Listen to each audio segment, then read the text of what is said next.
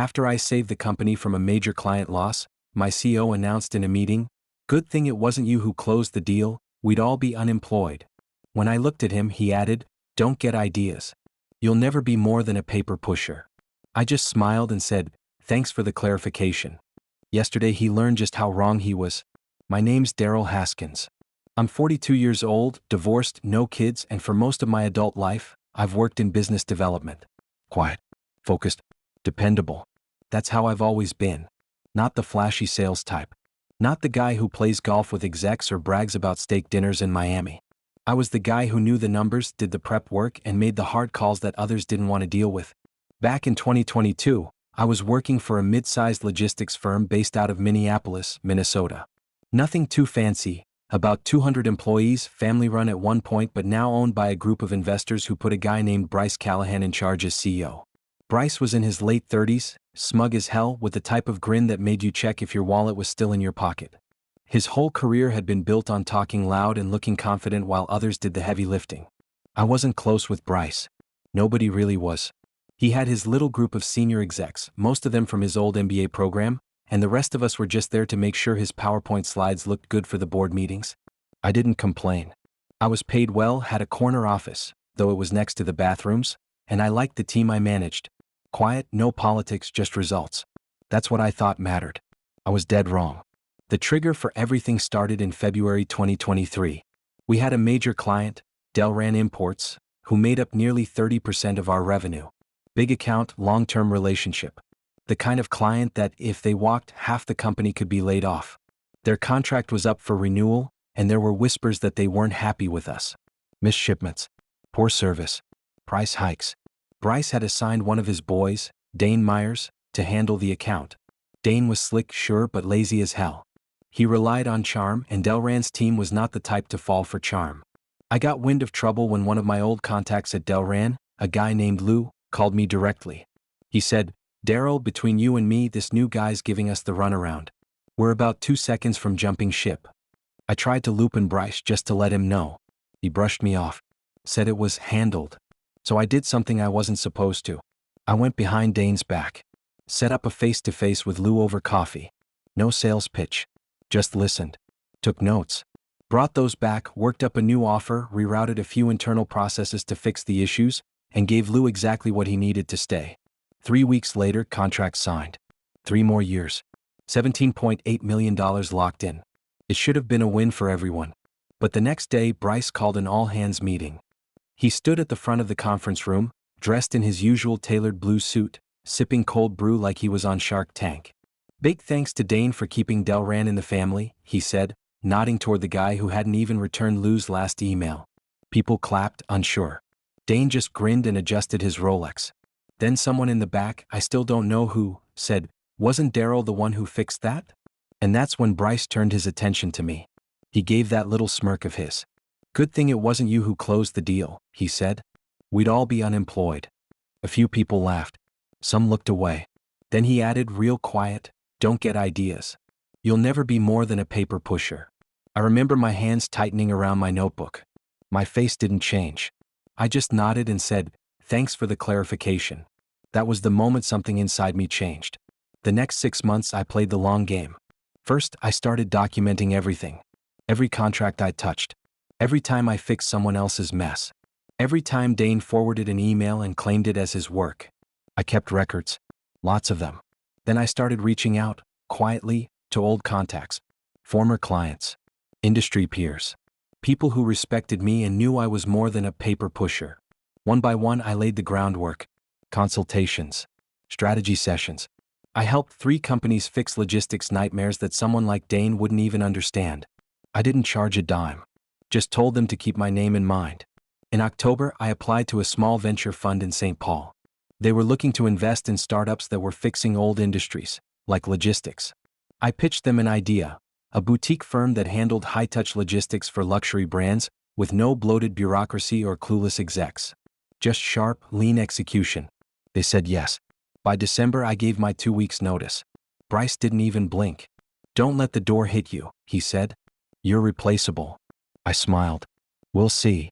Now here's the part that still makes me feel a bit like I'm in a dream. I knew Daryl wasn't loyal to the company. They were loyal to me. So I waited 3 months. Let them get fed up again. Let Dane screw up a few more deliveries. Then I gave Lou a call. Told him I was starting something new. Just me and a small team. No sales guys. No fluff. Lou said, "Send me a proposal." We signed him the next week. By June, we had 4 former clients from my old company. Not just Daryl. Others too. Ones that Bryce didn't even realize were unhappy because he never picked up the damn phone. And then the news broke. 2 major clients terminated early. One of them cited breach of service levels in the filing. The board started asking questions. Dane was fired. Bryce blamed market conditions. 3 weeks later, Bryce was out. But it didn't end there.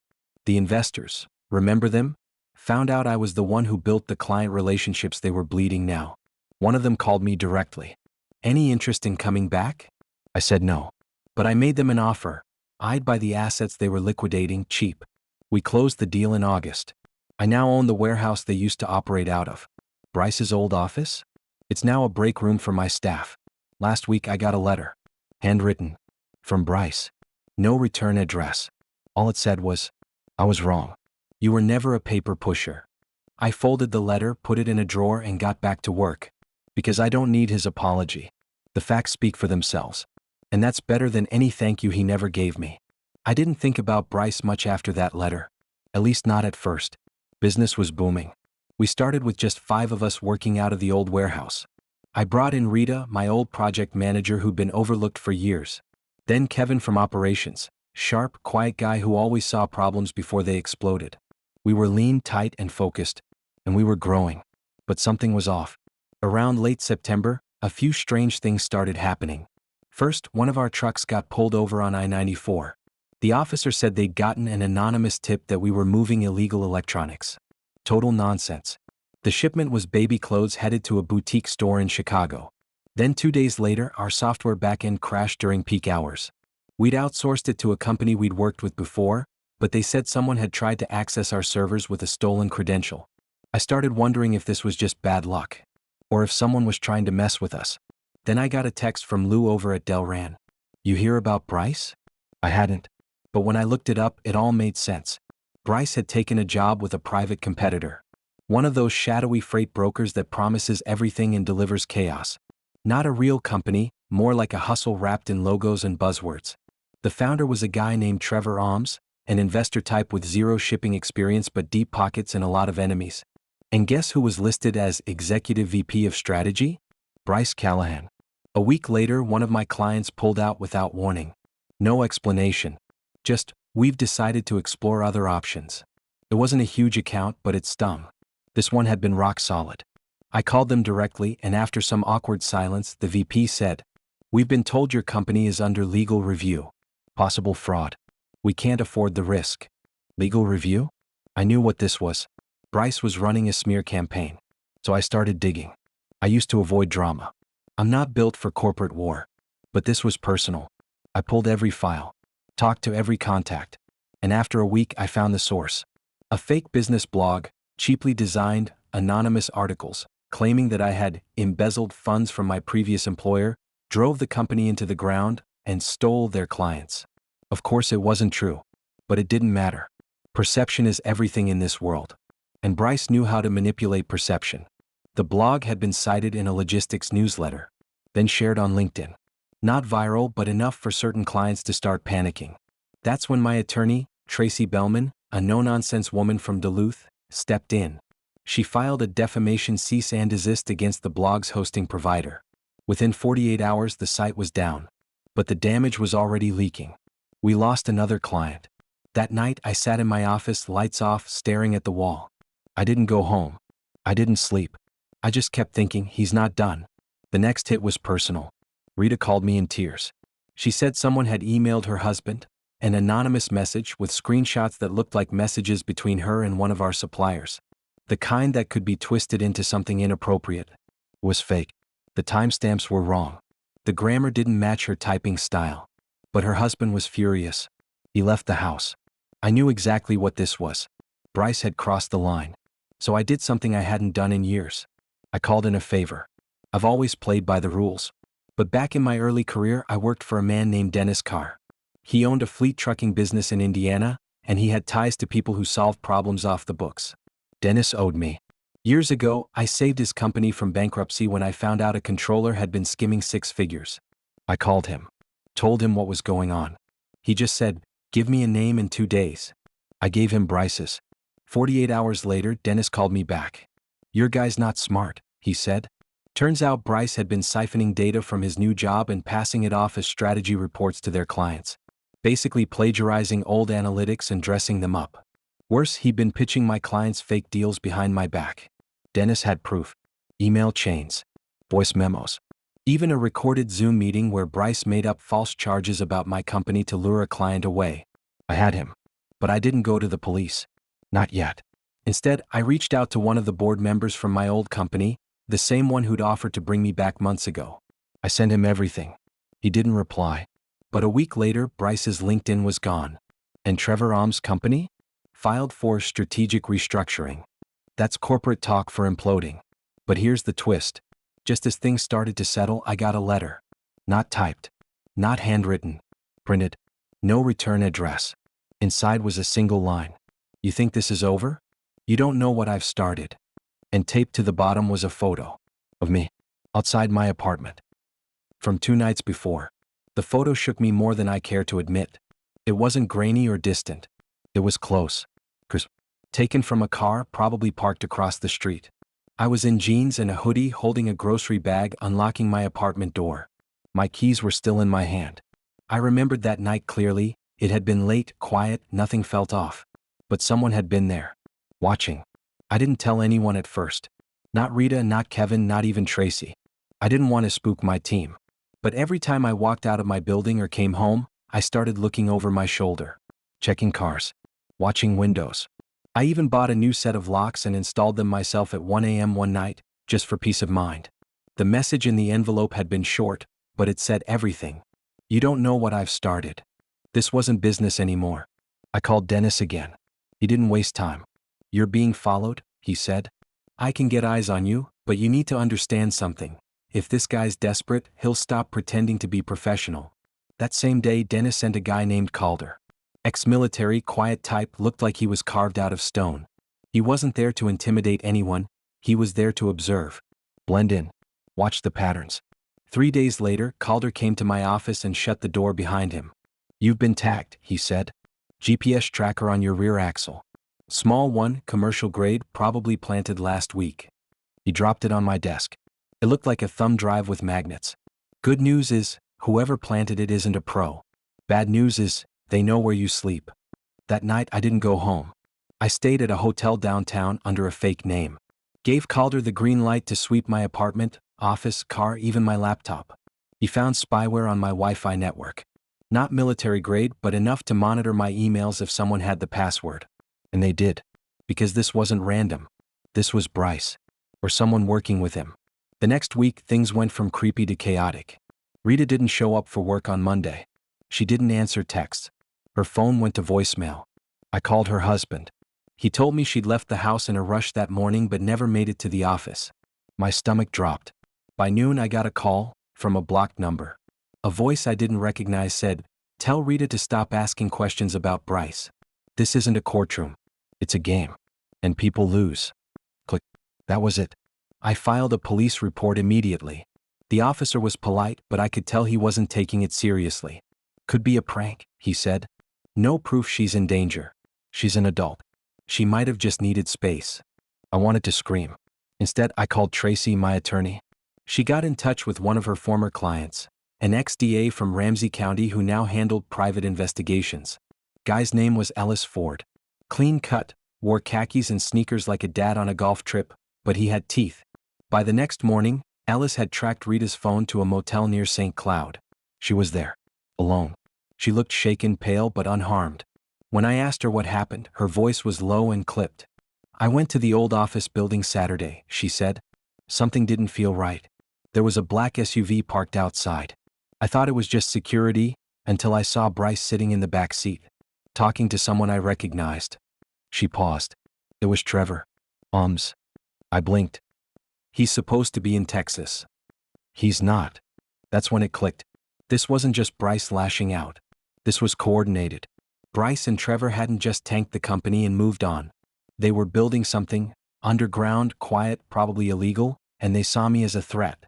Not because I stole their clients, but because I knew what they were capable of. They didn't want revenge. They wanted silence. Rita hadn't told anyone else what she saw. Smart. She was careful. But the moment she left the building, she noticed a car following her.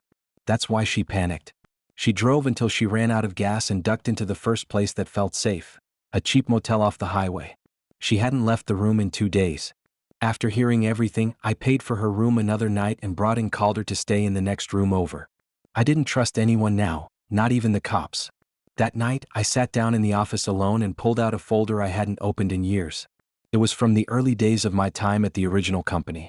Buried in the back were emails, payment records, and off-the-books bonuses that Bryce had approved back when he first joined the company. Stuff that skirted legal lines.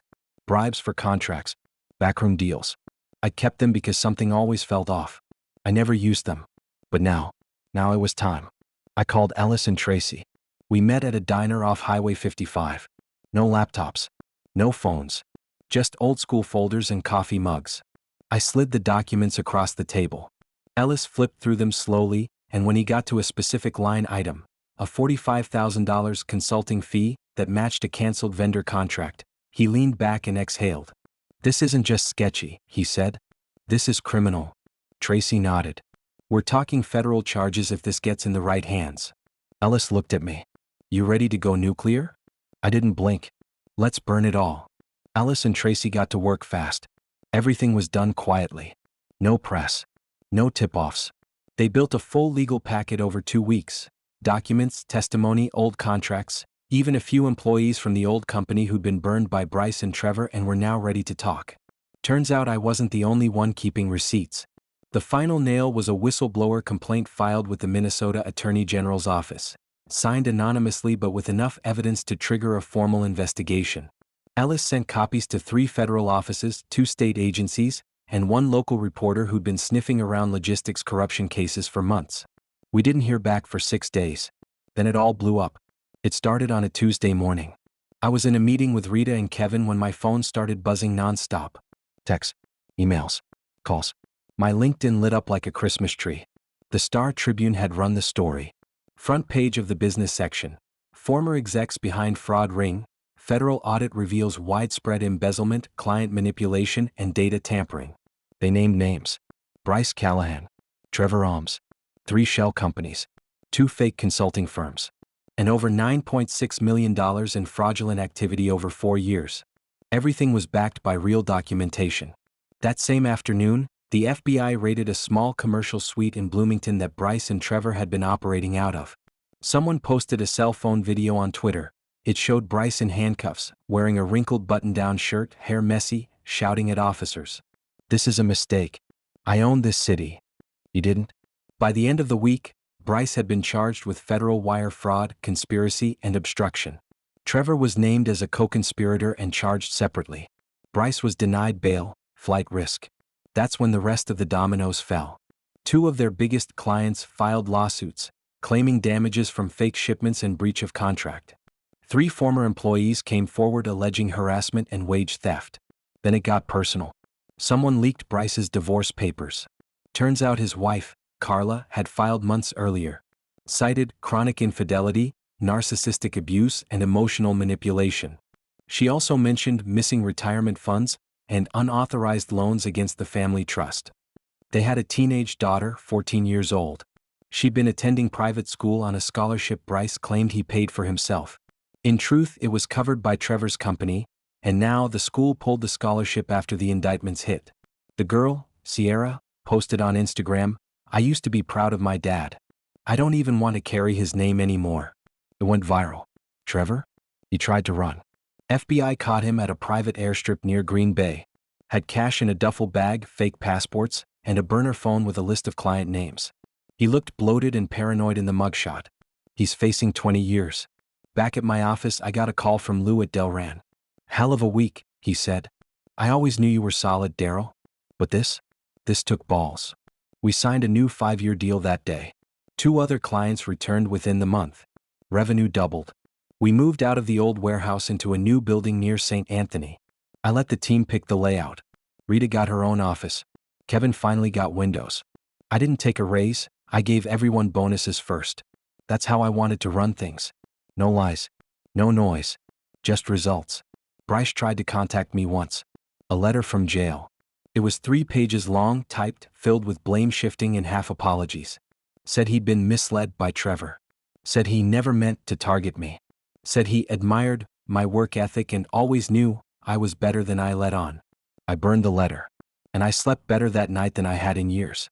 I ran into Carla months later, outside a coffee shop downtown. She looked different, tired, thinner but at peace. She saw me and for a second I thought she'd walk the other way. Instead she walked up to me.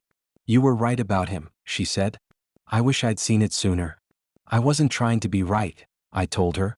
"I just wanted to work in peace." She nodded. "Well, thank you. For exposing him.